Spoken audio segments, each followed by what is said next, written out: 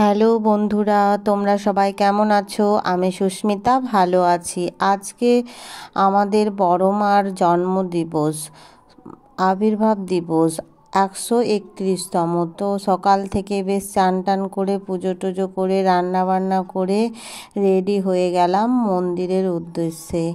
আমি আর আমার ছেলে যাচ্ছি।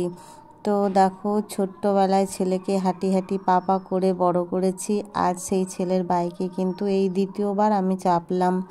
তো মন্দিরে আমার মারা আগে চলে এসেছে, কারণ বাড়িতে একটু কাজ ছিল, রান্না বান্না করছিলাম, সেই জন্য আমার দেরি হলো। ওর বাবা ডিউটি যাবে, তো সেই জন্য ও আসতে পারেনি। আমি আর আমার ছেলে আর মা, মাসিমা, কাকিমারা সবাই মিলে এসেছি মন্দিরে।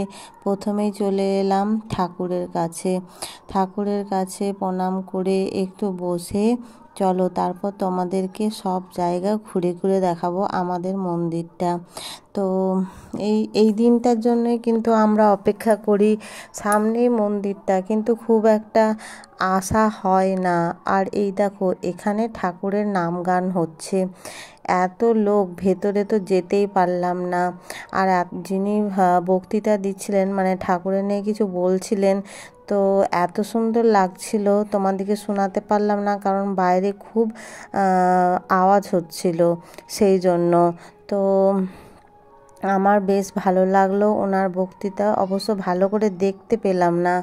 আর এই দেখো, চারিদিকে দুদিকে খাওয়া দাওয়ার ব্যবস্থা করা হয়েছিল, যাতে ভিড় ভাড়াক্কা হলে, বৃষ্টি বাদলের দিন তো, শ্রাবণ মাসে এমনিতেই হঠাৎ হঠাৎ বৃষ্টি চলে আসে, সেই জন্য দু জায়গাতে ব্যবস্থা করা হয়েছিল খাওয়া দাওয়া, যাতে মানে সবাই শান্তিভাবে খাওয়া দাওয়া করতে পারে।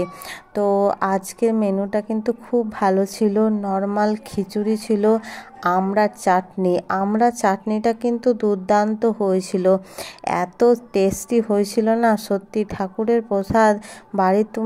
বাড়িতে যেমনই রান্না করি, যা কিছু কাজু কিশমিশ ঘি অনেক কিছু দেওয়া হয়, কিন্তু ঠাকুরের ভোগটা মানে এত মানে সুস্বাদু লাগে যে কিছু বলার নাই, তাই না? ঠিক বললাম তো?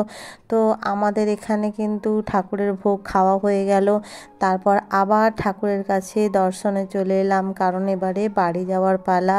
ওর বাবা খাওয়া দাওয়া করে ডিউটি যাবে।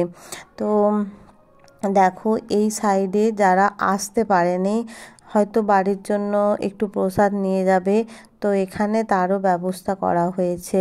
এখানে এই দাদাভাই আছে, শঙ্কর দাদাভাই, এই শঙ্কর দাদাভাইকে আমি জয়গুরু করলাম।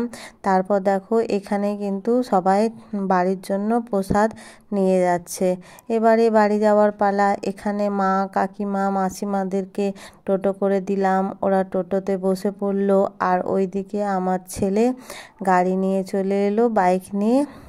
তো ওর বাইকে আমি বসে পড়লাম।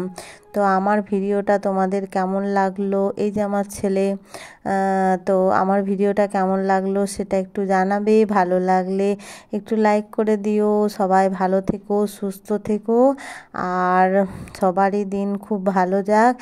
জয় গুরু সবাইকে।